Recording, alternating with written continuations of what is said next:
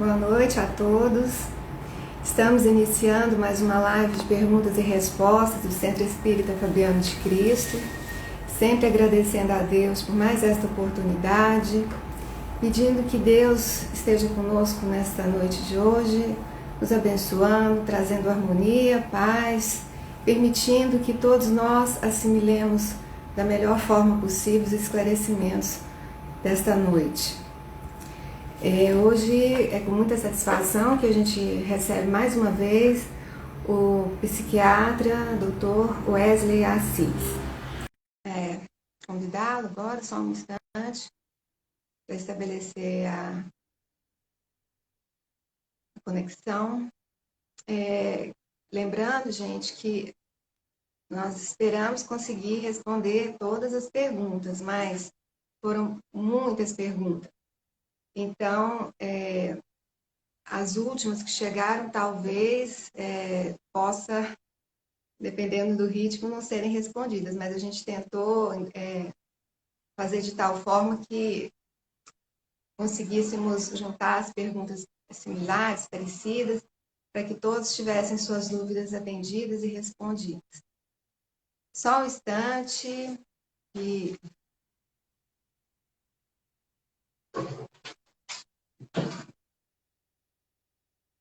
aguardando mais um pouquinho.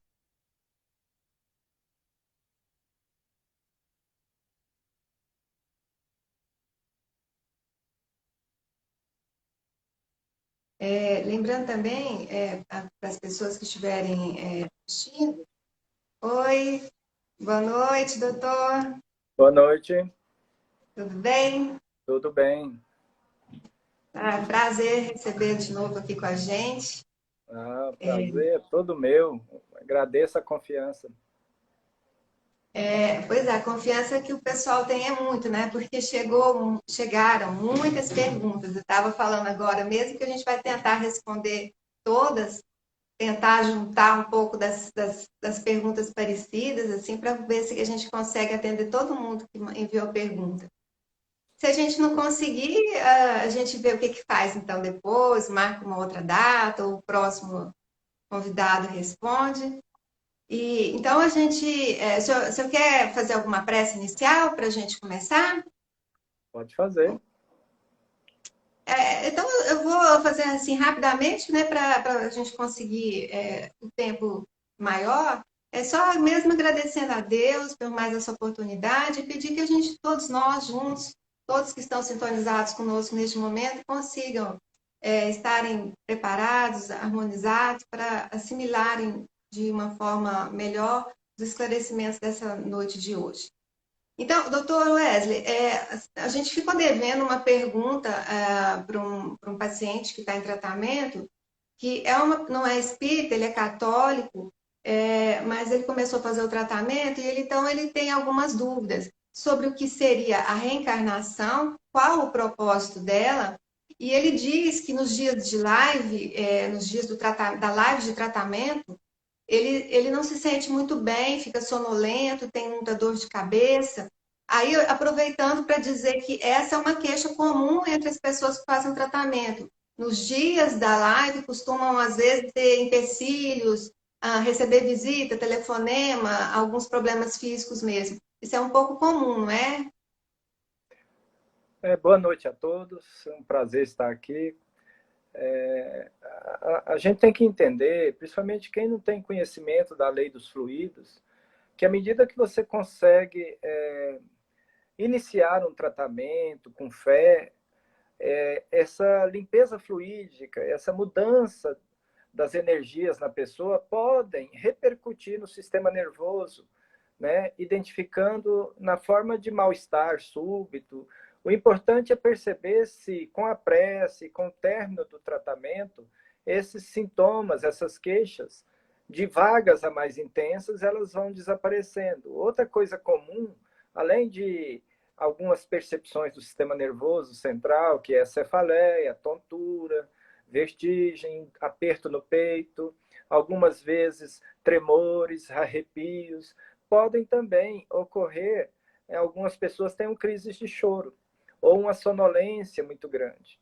dependendo dos procedimentos energéticos e de desdobramento que às vezes pode acontecer com essas pessoas, elas sentem esses sintomas de maior ou menor intensidade, mas que são passageiros e tem a ver com essa descarga energética e limpeza fluídica e o ajustamento da frequência vibratória das pessoas.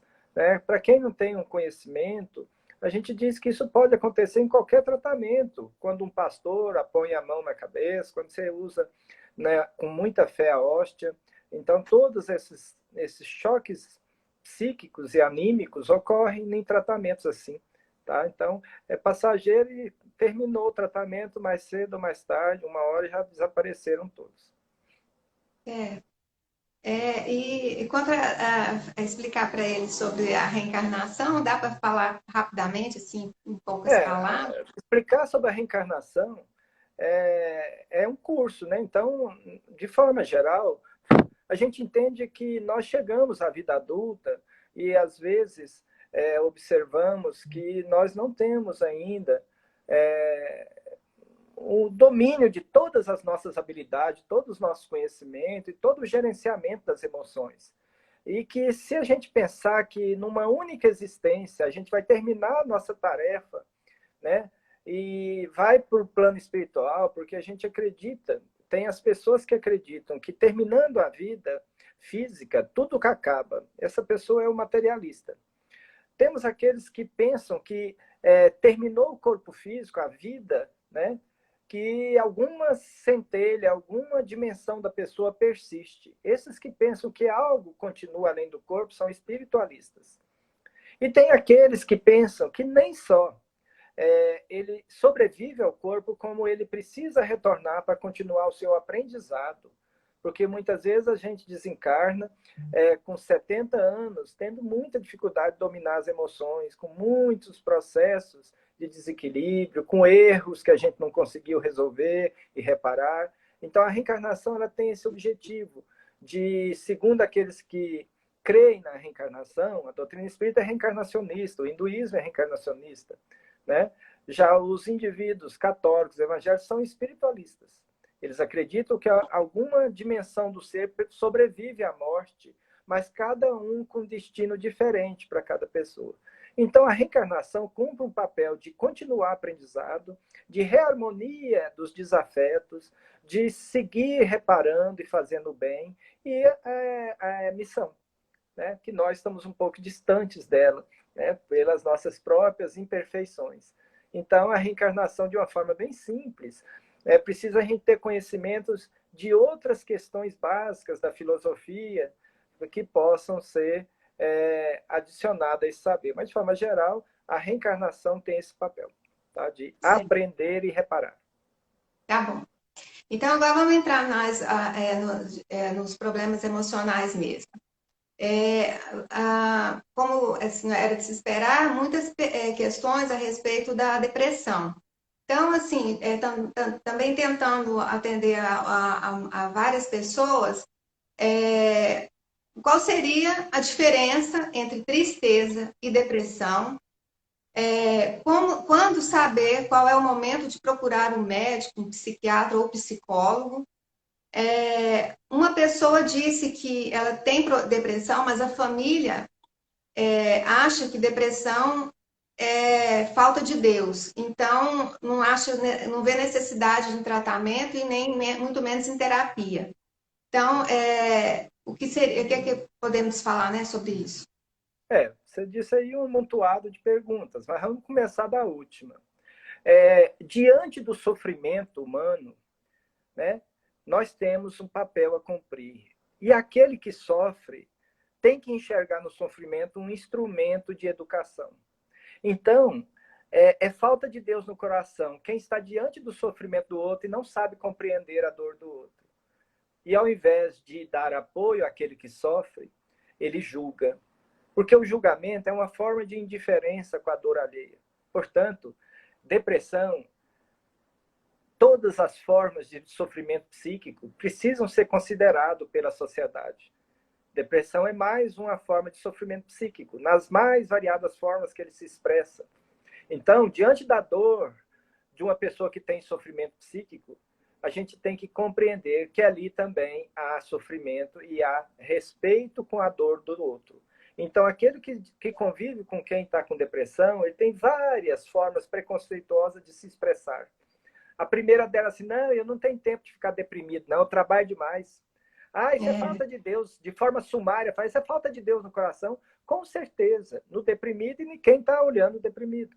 Por quê, gente? Porque a depressão e o sofrimento, quando a gente não entende ele como uma forma de aprendizado, a gente distancia de Deus, a gente se revolta e o sofrimento nos deixa num lugar rígido, onde a gente só tem as nossas ideias e as nossas energias negativas. Então a gente distancia do Criador.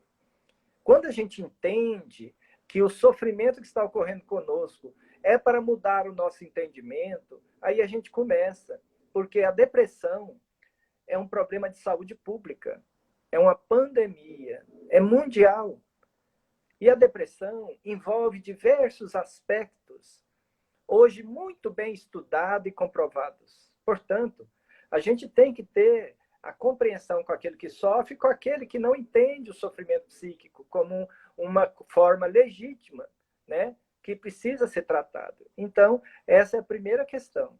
Né? Agora, uma coisa que precisa ser colocado muito bem é que o fato do indivíduo receber esse ou aquele diagnóstico de depressão não significa que ele está liberado de qualquer esforço para sair dessa condição. Para isso, ele precisa de ajuda. E a primeira coisa que a gente tem que saber é identificar a diferença entre tristeza e depressão. Ou tristeza e a tristeza patológica, que chama depressão. A tristeza é uma emoção, é um estado do espírito, estado do psiquismo, que é saudável, ela é fisiológica. Por exemplo, apesar de toda a dor, o luto é uma tristeza saudável, é uma tristeza, é algo que nós vamos passar, todos nós vamos ter que lidar com o luto. Mas aí a gente tem que lidar com a outra questão, muito forte em nós, o medo da morte. O medo de perder os entes queridos, de não estar. Então, para isso, precisamos ter a ideia de que existe algo no futuro. Na depressão, isso está muito distante, porque na depressão, o indivíduo está preso dentro de um espaço rígido de fixação mental, com excesso, muitas vezes, de passado na mente. Então, a depressão é realmente um estado perigoso, porque exatamente atinge a capacidade de reação do indivíduo.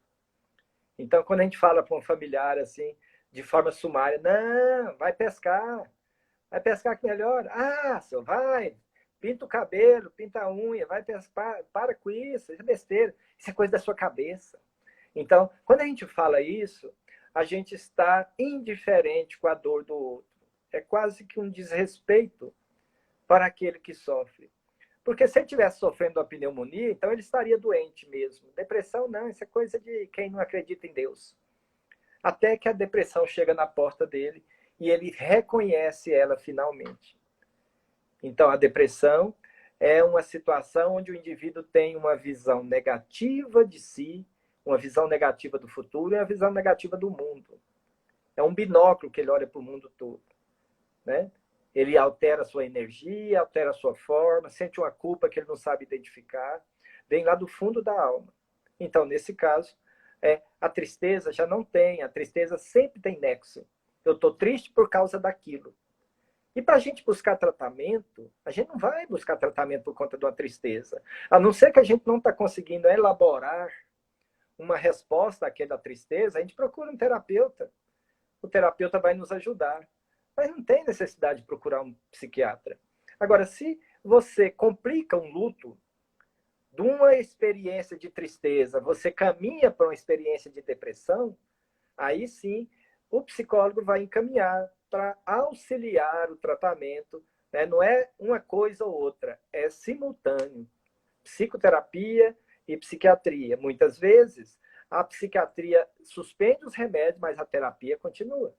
E é claro que no modelo que nós entendemos, o tratamento complementar espírita ou o tratamento complementar de espiritualidade, qualquer outra religião, ela pode, né, trazer também um alento para as pessoas, os grupos, né? As leituras edificantes, o tratamento com água fluidificada, paz, todas essas questões.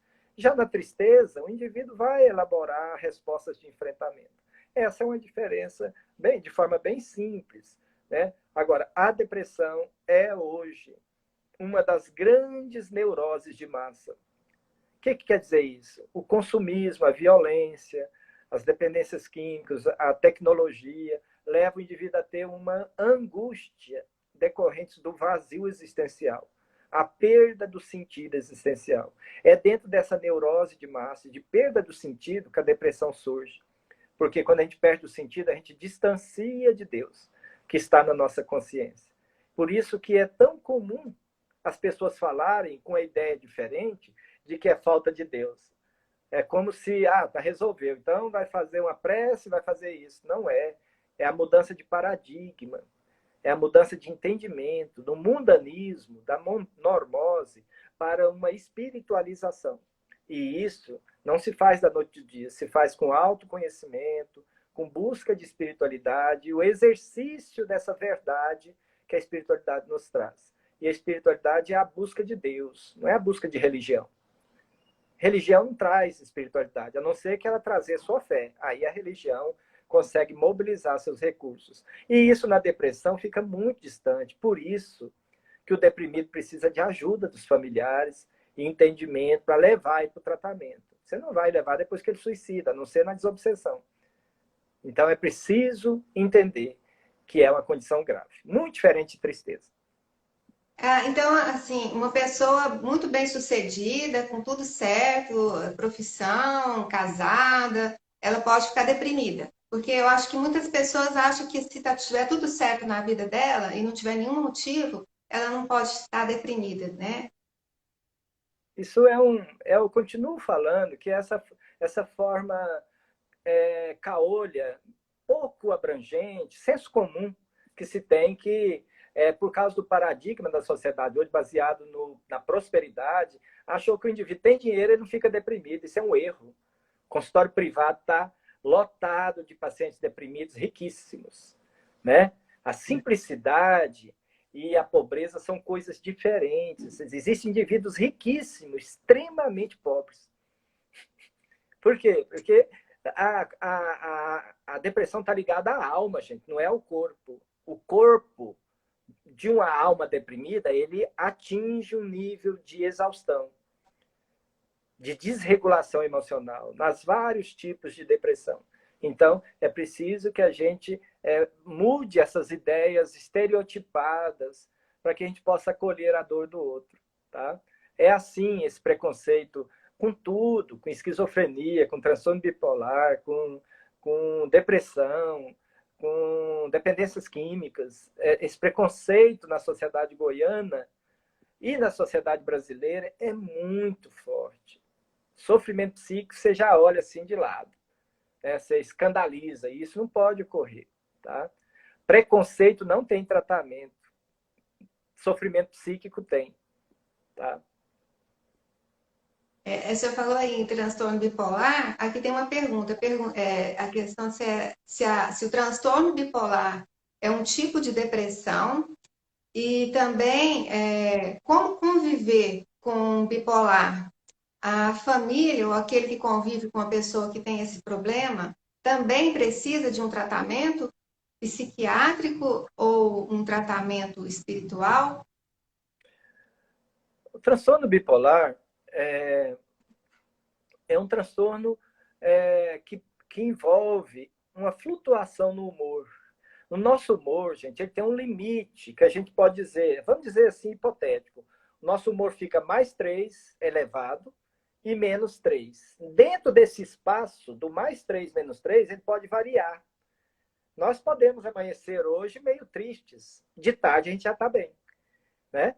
Nosso temperamento mais impulsivo faz a gente dar uma resposta para uma pessoa, falar de um jeito, ficar animado, cantarolando, brincando com os outros, e de noite a gente está triste. Então, mas nós podemos variar dentro desse padrão.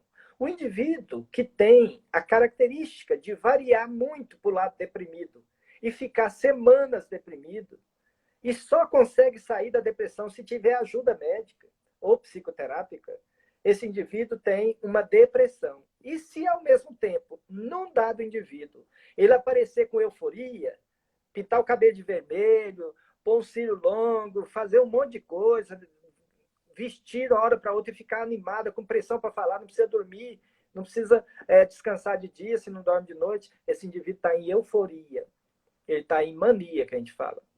Essa relação do humor, essa elevação do humor, numa pessoa que experimenta a depressão por mais de 14 dias, ou a elevação do humor acima do limite do +3 que eu falei, e não volta, ele fica em euforia, com a sensação de capacidade aumentada, a gente fala que ele está no polo eufórico ou no polo depressivo.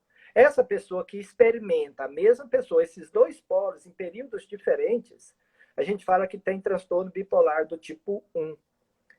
E tem indivíduo que fica deprimido boa parte do tempo, mas nunca tem euforia.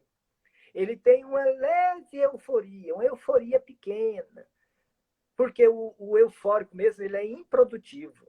Ele começa 10 coisas, não termina nenhuma. Né? Já o indivíduo hipomaníaco, que é aquele que tem uma euforia menor, e episódios depressivos do mesmo jeito, mas tem em vez de mania, de euforia, ele tem uma hipomania, uma euforia menor, produtiva. Esse indivíduo tem bipolar do tipo 2. Então, gente, a doença bipolar grave, ela é uma experiência do humor grave e que tem como exteriorização mais comum o predomínio de episódios depressivos, tanto um quanto dois, mas depende de cada pessoa. Tem pessoa que tem mania com sintoma de delírio, alucinação. É o bipolar que tem, parece, né, em mania, que ele está delirando igual esquizofrênico. Então, o bipolar é um transtorno do humor. Tem muita gente que olha o paciente manifestando seu temperamento, fala, você é bipolar, hoje você está xingando a criatura. Por quê? Bipolar não é isso, é o temperamento dela. Não Eu acho que a maioria das então, pessoas que é são uma doença assim, diferente. quando alguém fala que o outro Precisa é de bipolar, tratamento. é porque é aquele colega de trabalho que cada dia está de um jeito, né? Um dia tá assim, um dia cumprimenta você, outro dia não cumprimenta, um dia tá com Pois é. a.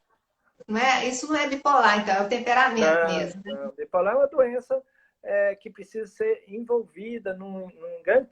O grande problema é que o bipolar muitas vezes é muito impulsivo. Então, o que é que acontece? As emoções expressadas pela família são uma das grandes causas de recaída no bipolar e desequilíbrio. A emoção expressada pela família, os conflitos, a emoção expressada pelo paciente, muitas vezes desequilibra ele. E muitos pacientes bipolares do tipo 1, por causa da impulsividade, ele tem muitos comportamentos de risco. Usar droga ou beber é um deles. Tá? Mas existem pacientes bipolares que nunca faz isso. A impulsividade leva eles a tentar suicídio. Mas tem muito bipolar que não faz isso nunca. A depressão é muito grave no bipolar. Muitas vezes incapacitante, com prejuízo na memória deles. Quanto mais episódio tem, acima de 10 episódios de mania ou de depressão, em qualquer fase, as pesquisas mostram que o prejuízo na memória e na atenção é grande. O medicamento protege, ele é neuroprotetor dessas crises, para evitar a incapacidade, tá bom? Então, é um transtorno muito bem identificado hoje, tratado. Nem todo paciente bipolar tem essas características que eu falei. Existem muitas questões que precisam ser realçadas. Isso é importante nas palestras de grupos como esse. De vez em quando trazer. Tem muito mais coisa, mas não dá para falar numa pergunta de resposta assim, né? E Tem a que falar pessoa que convive específico. com um, tanto nesse caso aí, ou contra aquelas pessoas que convivem com pessoas alcoólatras ou com pessoas que usuários de droga, a família é interessante procurar uma ajuda também, né? O familiar, a esposa, a Gente, mãe. a reencarnação explica muita coisa para a gente. Uma delas, que os grupos evolutivos caminham juntos. Então, quando você está reunido com a família, não tenha dúvida que aquela condição por que passa aquela pessoa é uma expiação para ela e uma prova para você.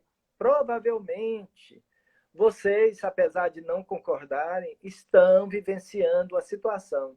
Um, para aprender pela dura expiação da doença, outro para provar amor e valores de suporte. Às vezes, a gente prometeu no campo espiritual que iríamos trazer e acompanhar a pessoa nesse processo de resgate dela.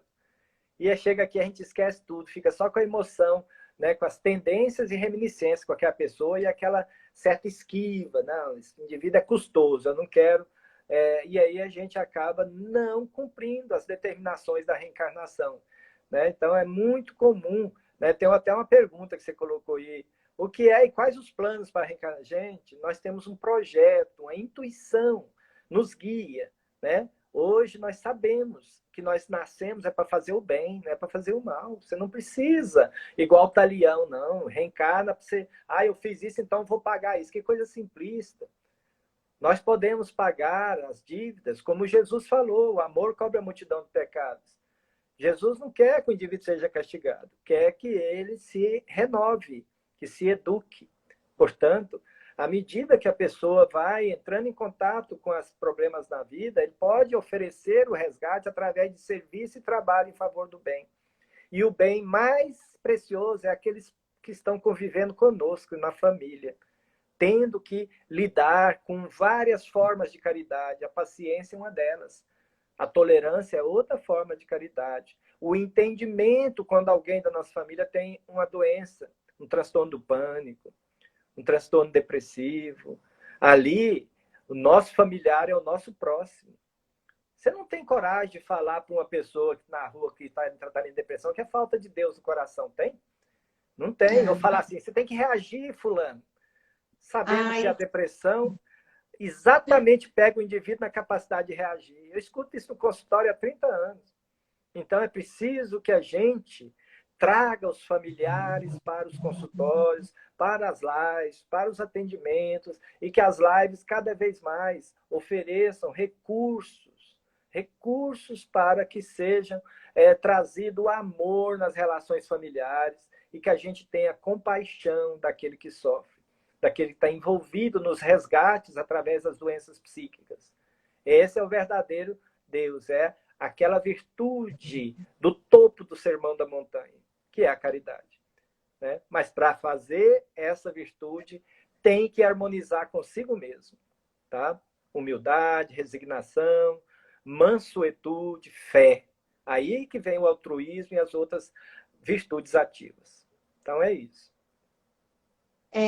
Aí tem uma coisa parecida com essa coisa de identificar se é um transtorno ou se é um temperamento. Que a pessoa perguntou assim: como saber se um filho adolescente problemático porque normalmente adolescente é meio complicado mesmo, né?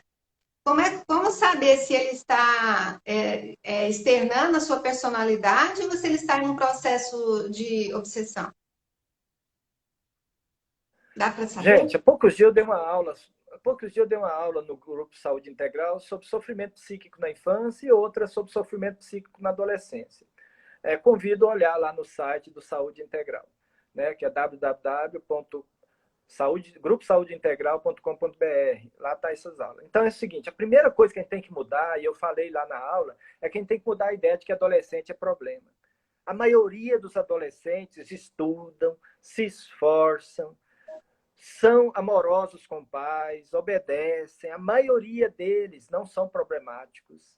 A maioria deles tem espiritualidade, acompanha a casa espírita, acompanha a catecismo, acompanha a mocidade na igreja. A maioria desses indivíduos não usam droga. Então, os adolescentes, eles têm apenas um momento de individualização que nós pais temos que entender. Essa individualização, ela envolve a religiosidade deles, envolve a completude da encarnação, onde eles assumem a individualidade deles como eles são. Nossos filhos são espíritos. E milenares viajores da evolução. Então, eles têm muitas coisas. Quando ele chega e o cérebro dele chega na região pré-frontal e ela amadurece completamente, ele vai manifestar o adulto que ele sempre foi. A criança que ele foi temporariamente para ser educada, essa é que precisa ser trabalhada. E a maioria dos pacientes, a maioria dos meninos adolescentes, eles não necessariamente são problemáticos. O que eu vejo no consultório é que a criança, adolescente e as crianças não precisam ser chamadas de aborrecentes ou adultocentes, né? Eles são, porque tem muitos indivíduos que são adultocentes aos 30 anos, mais problemáticos do que os adolescentes. Então, é preciso que a gente entenda que o adolescente, nessa etapa, ele, por conta da sua impulsividade, gratificação imediata, a síndrome da adolescência normal, ele é mais vulnerável a vários comportamentos de risco. Um deles é processo de influência espiritual. E é também esse período da idade que esses jovens são reconhecidos por seus inimigos espirituais. Porque o padrão vibratório dele volta a ser igual era antes. E se a gente entregou ele a Deus, apresentou ele a Jesus, viveu com o culto no lar, ele resolveu mudar seus padrões internos, ele não é reconhecido. Porque o padrão vibratório dele mudou durante a encarnação. Então, isso é uma coisa que ninguém presta atenção. E é o mais importante. Eles falam assim, ó, finalmente eu achei ele, agora não vou deixar. Por quê? Nós não ensinamos ele a ser bom, a melhorar. Às vezes a gente ensinou, mas ele quis fazer opção, aí nós cumprimos nossa tarefa, o Evangelho fala. Se você fez tudo para o bem do seu filho e ele resolve escolher, como livre-arbítrio, outro caminho que não foi o que você orientou, você pelo menos está com a consciência tranquila. Então é necessário a gente observar que criança também, ao chegar na adolescência, ele pode ter eclosão mediúnica, sentindo mal, tendo batedeira, vertigem, tontura, tendo sonhos muito ruins. A gente precisa ajudá-lo, né? Nem sempre considerando que ele está enganando, que ele está com preguiça, a gente tem que respeitar. Quando é que uma criança deve ser avaliada e um adolescente também? Quando ele desequilibra em 3 ambientes, com ele mesmo, com a família e com a escola. Olha esses 3. Está desequilibrado nos 3, gente? Procura ajuda. Procura ajuda. No centro espírita, na igreja, na paróquia, em qualquer lugar de espiritualidade que for sua crença. E também procura a casa espírita. Nós temos tratamentos para esses casos. E não precisa estar presencial, não. Todo tratamento é vibracional. A mediunidade não está onde o corpo está, está onde a necessidade está. Através das atividades vibracionais, os atendimentos são perfeitamente executados, tá certo? Então, as crianças e adolescentes precisam ser olhados com um olhar de compreensão. Toda criança é especial, todo adolescente é especial, todo ser humano é especial. Especial por quê? Especialmente necessidade de amor, porque nós queremos isso para nós. Então, se você quer para você, queira para o outro. Cristo falou isso, certo? E é importante, né? Assim, mais uma vez realça a importância da evangelização, né? Da necessidade de insistir em evangelizar as crianças, para evitar esse tipo de problema no futuro, né? Evangelização não é encontrar lá na casa espírita, na catequese, não é não. Evangelização é evangelho em ação, é no exemplo dentro de casa, viu? Lá no pátio do centro, na forma como ele vê um evangelizador cuidar do outro, na forma como o evangelizador chama a atenção dele lá na sopa. Evangelização é o evangelho em ação. Evangelização é a lei do amor. Então, não é teoria. Conhecer a verdade não quer dizer que a gente vive a verdade. A criança olha isso. Então, o que adianta a gente evangelizar se os exemplos em casa continuam deturpando a lei do amor? Ele vai ficar com o exemplo. A única autoridade legítima que se tem é baseada no exemplo, diz lá no Evangelho, capítulo 10. Então, é preciso que a gente entenda isso para ampliar a nossa forma de espiritualidade. Por isso que espiritualidade, o conceito mais importante de espiritualidade, é aquilo que você faz com o que você crê. Tá certo? Alguém perguntou se tem tratamento para o dependente de álcool, de drogas com remédios. O tratamento das dependências químicas depende do entendimento do modelo, gente. O modelo que se entende hoje as doenças psiquiátricas e a dependência química é o modelo biopsicossocial espiritual. Então, O biológico precisa ser tratado através da desintoxicação. O psicológico e o social precisa ser ajustado através da mudança do estilo de vida, das psicoterapias, do tratamento biológico para desintoxicação, do apoio para essa fase. E depois a parte de recuperação e reestruturação da vida do social. E, finalmente, e não demora, tem que ser o primeiro, é o tratamento espiritual de desobsessão. Ninguém que bebe, usa droga ou tem outras dependências faz esse comportamento sozinho. Geralmente ele é a ponta de um iceberg de várias outras vampirizações que acontecem com ele.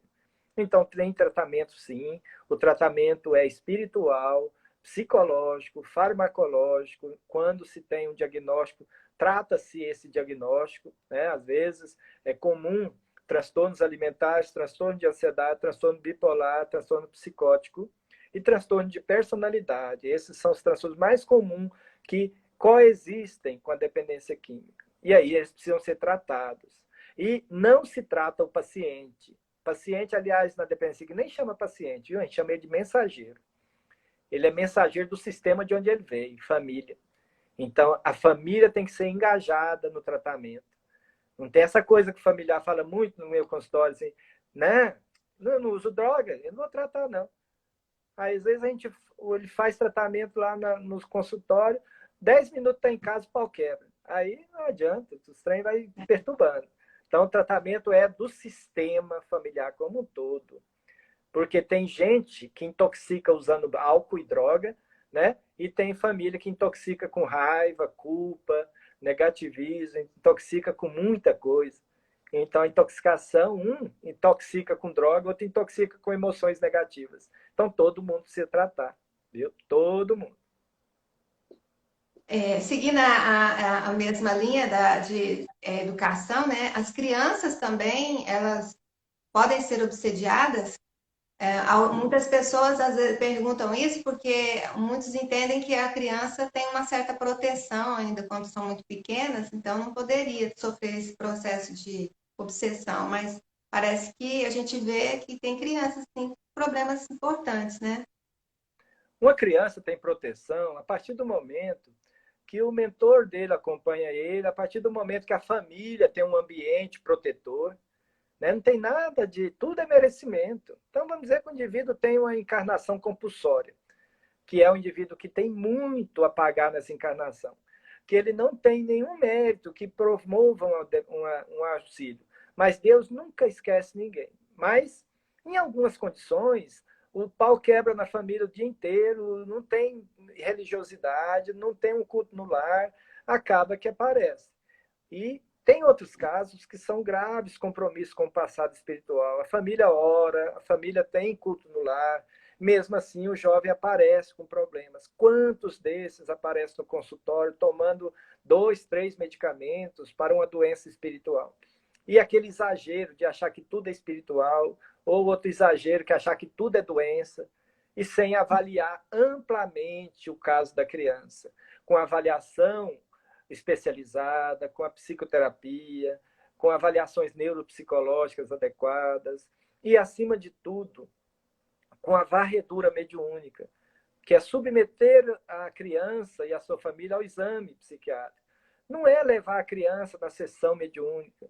Muitas vezes os pacientes são feitos há muitos anos que já fazíamos isso com as crianças, tratamento vibracional à distância. Não é por causa da pandemia que isso era feito, não. É porque a criança ficava em casa, com a avó, com o pai, e a mãe ia no tratamento, por causa do amor materno. E aí a gente fazia o tratamento à distância, com melhora, evangelização, leitura para ele na hora que ele dorme, nos primeiros momentos, tudo aquilo, água fluidificada, culto no lar, envolvimento da família com ele, através das atividades fraternas, de brincadeira. Ele está pedindo só para a gente ser pai e mãe dessas crianças. Elas conseguem melhorar, mas tem sim obsessão nessa idade. Tem crianças que têm capacidades mediúnicas muito grandes, elas percebem, não quer dormir no quarto, tem um medo horroroso, vê coisas muito feias. Então, isso existe. Né? Tem crianças em grande sofrimento, que os pais sofrem muito, mas Deus não deixa ao desamparo. Né? Se procurar ajuda, ela sempre vai estar ali. Não vai ser imediato, é um processo em crianças assim, tem percebido que leva um tempo, mas há tratamento disponível, a doutrina espírita é especializada em oferecer esse tipo de tratamento, as casas que estudam, que são bem estruturadas, tá bom? Tá. Que ainda sobre criança, quando as crianças têm alguma mudança no comportamento, ou se isolando, ou se tornando agressivas, crianças que costumam ser mais carinhosas, amorosas, passam a se tornar agressivas, pode-se pensar em bullying, algum abuso, ou algum problema espiritual, né? E caso a mãe perceba, os pais percebam isso, onde procurar essa ajuda? Num clínico geral? Seria Gente, num familiar? a criança é um ser em desenvolvimento. Ele não tem as ferramentas adequadas para lidar, por exemplo, com um ambiente imprevisível em casa, ambiente imprevisível na escola, situações prolongadas de exposição ao vídeo, igual está às aulas. Então, muita coisa mexe com a criança pela imaturidade do seu desenvolvimento. Então, por isso ele precisa do apoio dos pais. Então, algumas crianças podem, diante de uma agressão, diante de um abuso, quais são as formas de abuso? A forma mais comum de abuso é abuso emocional, né? Você vai ensinar uma tarefa de matemática, já está com sem paciência e grita com o filho. Abuso emocional. É um desequilíbrio que precisa ser impedido. Nessas horas e horas de excesso de conteúdo, nessas aulas online, as crianças estão adoecendo, os pais estão adoecendo. Então, é muito importante que a criança seja observada em sua totalidade. Você conhece o seu filho, então você sabe quando algo não está indo bem.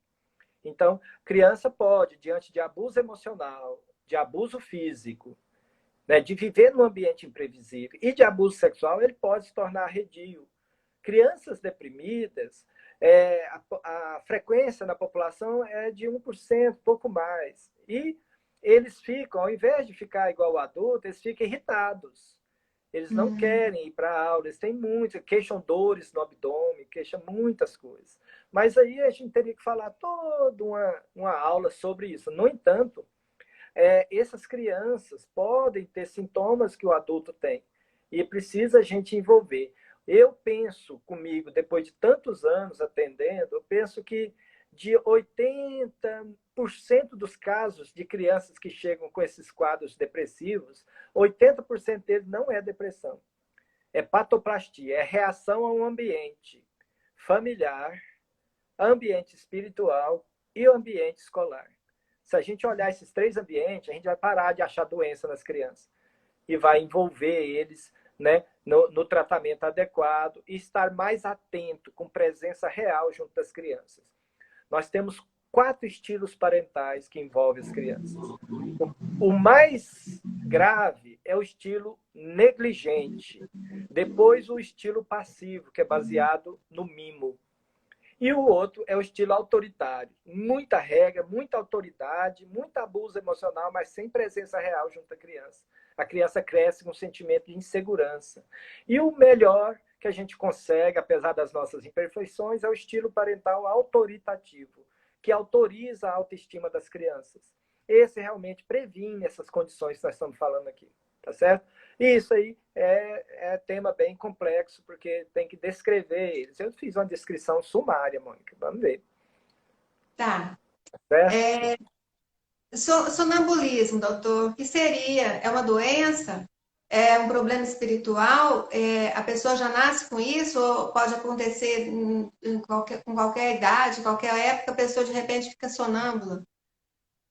Desde que você reencarna, você pode ter a possibilidade de ser um sonâmbulo, né? Porque você desdobra. O sonâmbulo é aquele indivíduo que dorme, desdobra o espírito do corpo e incorpora no próprio corpo e sai, sem uma percepção exata, né? Então, esse sonâmbulo não é considerado doença, é só um evento do campo da mediunidade do indivíduo, ou seja, é um fenômeno.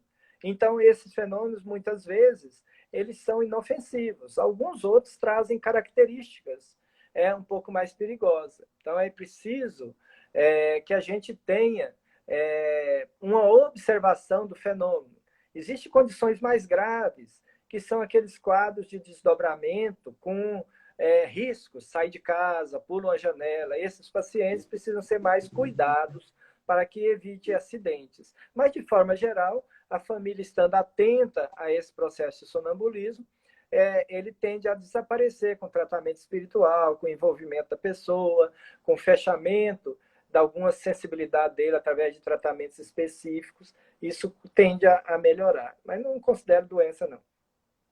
Tá. Em relação, então, já que a gente falou sobre sono, sobre a questão que o sonâmbulo acorda, né, levanta, dormindo, o médium que toma remédio, esse remédio pode causar algum tipo de prejuízo na mediunidade da pessoa, no trabalho que ele desenvolve quando está desdobrado? E aí também alguém perguntou também assim, qual seria a quantidade de sono que para um adulto o que seria adequado e por que a gente, à medida que envelhece, dorme menos? A melatonina tem relação com a idade. Nós que já passamos de meio século, eu, por exemplo, o nível de melatonina nosso já é menor do que de um paciente de uma pessoa de 10 anos de idade. Então, a melatonina ela decresce com a idade. A produção da melatonina decresce com a idade. Né? Nós temos o dormidor longo e o dormidor curto. Todos os dois, longo ou curto, sente-se no dia seguinte. Então, a gente tem que olhar o dia seguinte do dormidor. Se o indivíduo dorme a noite inteira e ronca a noite inteira, o sono dele é um tipo de insônia, é o sono não reparador. É aquele roncador, né? Parece que está ligando uma betoneira. Esse indivíduo, ele vai ter um sono não reparador, mesmo que durma a noite inteira. Mas ele fala, eu sou bom para dormir, é só encostar que dorme. Ou seja, ele não dormiu de forma boa, teve um monte de despertares. O sono, ele tem que obedecer às regras. Os hormônios que predominam de dia, eles não predominam de noite. O cortisol e a adrenalina predominam durante o dia. Com a medida que você vai, por desequilíbrio dos seus ritmos, você vai adiando a hora de dormir, os hormônios do dia vão predominando de noite. Aparece a insônia por desequilíbrio nos ritmos biológicos, do relógio biológico seu, do ciclo sono-vigília. Hoje é o que a humanidade mais faz. Em 1929, a humanidade dormia 9 horas por noite, no mínimo. Depois surgiu a tal da eletricidade da tecnologia. E o indivíduo vai encurtando a hora de dormir, porque acha que dormir é perda de tempo. Dormir é saúde.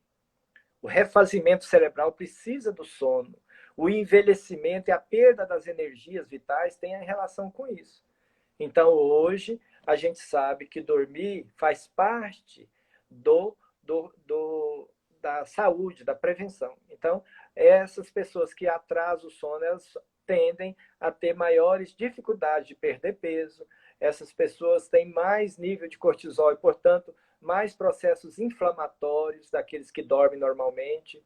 Então, se você dorme à noite, você está realmente pronto para um dia seguinte restaurador e benéfico. Né? Então, o sono é importante na fisiologia humana. Tá? E aquele médico, doutor, que ele toma remédio para dormir? Todo mundo tem que entender que o médium é um ser humano como qualquer outro, entendeu? Então, o que atrapalha o médium é a invigilância, a falta de prece, a falta de meditação e a falta de equilíbrio nos hábitos. E isso que atrapalha o médium, não é o remédio. Remédio, se faz você dormir melhor, então use. Desde que não seja psicotrópico, seja uma substância psicoativa, você precisa, sabe por quê? Médio é ser humano igual a qualquer outro. Ele sofre, ele tem doença, ele tem tudo. Então, o médium, ele preocupa com o remédio, ele deveria preocupar se está tendo o equipamento de proteção individual igual nós todos. Nós temos que ter o equipamento de proteção individual, que é o quê? A prece, a meditação, a leitura edificante, a oração e a prática do bem. Olha que equipamento de proteção individual. Não é qualquer... Você tem corpo físico. Ele não está funcionando bem, usa remédio, sim. Mas usa remédio dentro de um padrão para tirar o remédio. Não ficar aí. Então, é preciso ver se não dorme. Então, é preciso que a gente tente, né? A gente tente entender que o médio é ser humano igual a qualquer outro, com as necessidades, com todas as limitações e, acima de tudo, como todos nós nesse planeta aqui, imperfeitos. Então, nós precisamos dar uma ajudazinha no corpo, tá bom? Então tá. Até que ponto os problemas emocionais dos pais influenciam nos transtornos emocionais dos filhos? Esses transtornos podem, que eles têm, que os nossos filhos têm, eles podem ter uma origem independente da nossa conduta como pais, serem oriundos de vidas passadas, ou a gente, que o pai e a mãe, tem sempre alguma culpa no problema dos filhos? Gente, eu costumo falar uma coisa que causa controvérsia nas palestras. Eu costumo falar assim, ó, que a pior coisa que existe é a encarnação para quem não está tendo o objetivo, cumprindo os objetivos da encarnação. Sabe por quê? Você está vivendo aqui, vamos dizer, 50 anos, você está aqui nesse mundo. Você tem milhões de anos no seu inconsciente. Se você não faz mudança agora, quem determina quem se vai ser é seu inconsciente. Chama automatismo. Automaticamente. Então, hoje a ciência já evoluiu muito. Ela sabe que muitos transtornos, muitas questões emocionais têm a ver com algumas doenças, com algumas genéticas, com algum comportamento dos pais. Mas não determina, gente. Por exemplo, se você tem um irmão que é esquizofrênico, você tem um avô que é esquizofrênico, a sua chance, diante de algumas questões, desenvolver esquizofrenia é de 13%. Se você não tem nada disso, é 1% da população geral. Isso quer dizer que nunca um pai vai determinar isso ou aquilo no filho. É uma possibilidade, não um indicativo.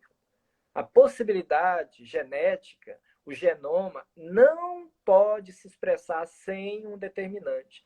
O que nós sabemos, e hoje a ciência já sabe, está comprovando isso, que o Espiritismo falou em 1857. Ele descobriu que o indivíduo nasce, o perispírito, com todas as informações.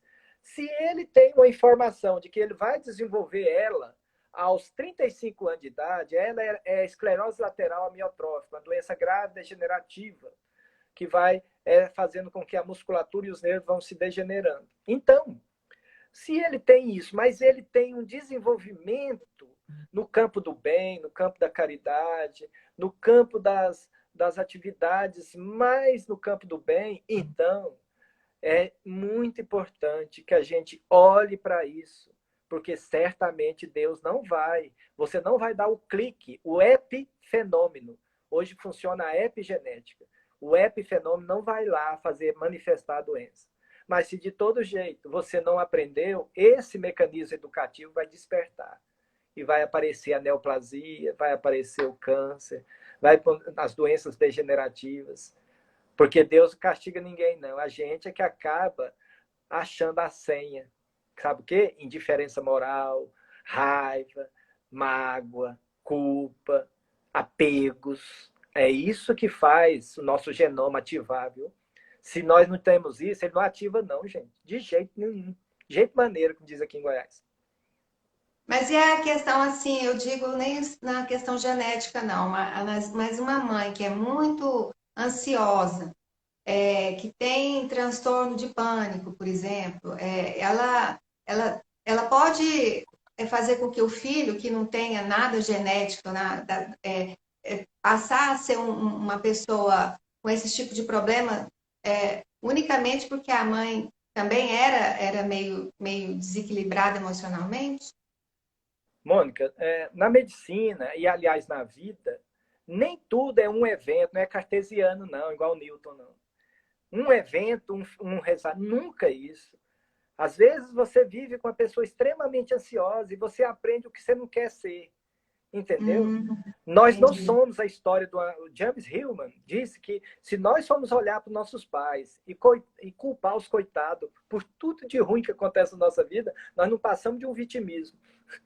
Porque tem gente aí passando uma vida de total descalabro, de total desequilíbrio, e eles são pessoas ótimas, pessoas boas, eles não são história de uma vítima. Muito pelo contrário, aquilo surgiu para fortalecer o caráter deles. né? Por exemplo, Vitor Frankl ficou anos no centro de concentração. Ele saiu de lá, em vez de se dizer, não, eu passei no Holocausto, eu estou sofrendo. Não, ele formou a logoterapia, ele formou a psicologia do sentido. É ele que falou sobre tantas coisas do sentido da existência. Então, nós não podemos marcar nossa vida pelo de ruim que aconteceu. Então, não creio que você avaliar uma criança, filho de ansiosos, né, que você vai se tornar seus filhos ansiosos. Eles vão ficar mais espertos, porque você é mais preocupada, mais medrosa, mais uma coisa. E aí as pessoas vão os filhos vão perceber que minha mãe é preocupada demais, minha mãe é isso. Então, mas daí isso determinar ele ansioso, não tem. É o modelo de entendimento dos problemas psíquicos, é o modelo biopsicossócio-espiritual. Você tem que olhar todos esses modelos de leitura para a gente avaliar o caso e a gente vai ver que essa questão da mãe é relativa, tá? Doutor Wes, então nós estamos chegando no final e eu queria então que o senhor deixasse uma mensagem para as pessoas, assim como eu, que passaram o ano passado assim, muita tensão em virtude dessa pandemia, e quando achava que o negócio estava começando a melhorar, o negócio ficou mais complicado de novo.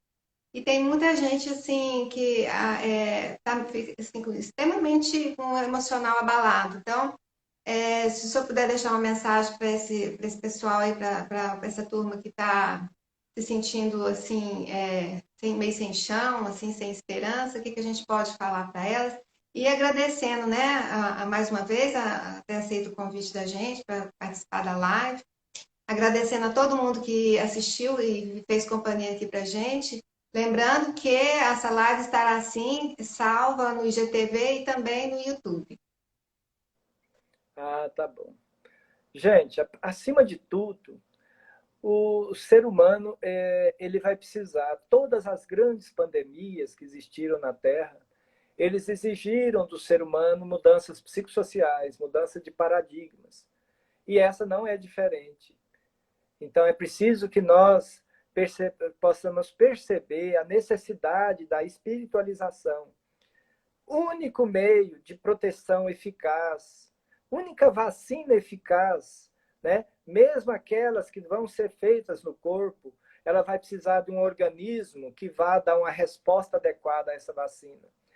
Preciso vacinarmos contra a teimosia, contra a resistência de mudanças, contra a obediência. É preciso que a gente envolva também todo um processo de descontaminação da nossa aura através de bons hábitos. A partir disso, eu creio que as mudanças psicossociais surgindo, ela não vai encontrar campo tão fértil para toda espécie de processos dessa transição planetária que estão ocorrendo, que não é só no campo de pandemia, já ocorreu vários outros. Então é necessário que a gente busque a harmonia íntima. É a época de desenvolver o sentimento. Na tecnologia, as coisas nós já desenvolvemos muito, a função pensamento. Então é preciso buscar o autoconhecimento, viver isso que aprendemos. E nós precisamos hoje também assistir as pessoas, orar pelo mundo, orar pelas pessoas de forma geral. O nosso grupo hoje, desde o ano passado, tomou uma decisão. A gente fazia uma reunião por semana. Hoje nós fazemos todo dia. Não custa nada dedicar uma hora em função do mundo, em função de nós mesmos. Então, esse é o recado que eu dou. Se unam, vibrem, façam oração por médicos, aqueles que estão na comissão, para aqueles que desencarnam sobre essa pandemia. Envolva aqueles que estão esperando vagas, envolva aqueles familiares que estão aí envolvidos em desequilíbrios, não respeitando, envolva as autoridades com descalabros, envolva todo mundo em vibração, que aí vai ser estude muito, para que possa compreender o que a vida quer de nós. É isso. E um abração, viu? Para todo mundo. Obrigada. Vamos ver se o senhor volta mais uma vez, né? Para a gente continuar. Que algumas perguntas eu nem fiz, porque não ia dar tempo mesmo de continuar. Então, vamos marcar para uma outra oportunidade. Obrigada mais uma vez. Obrigada a todos. Fiquem com Deus. Tchau para todos.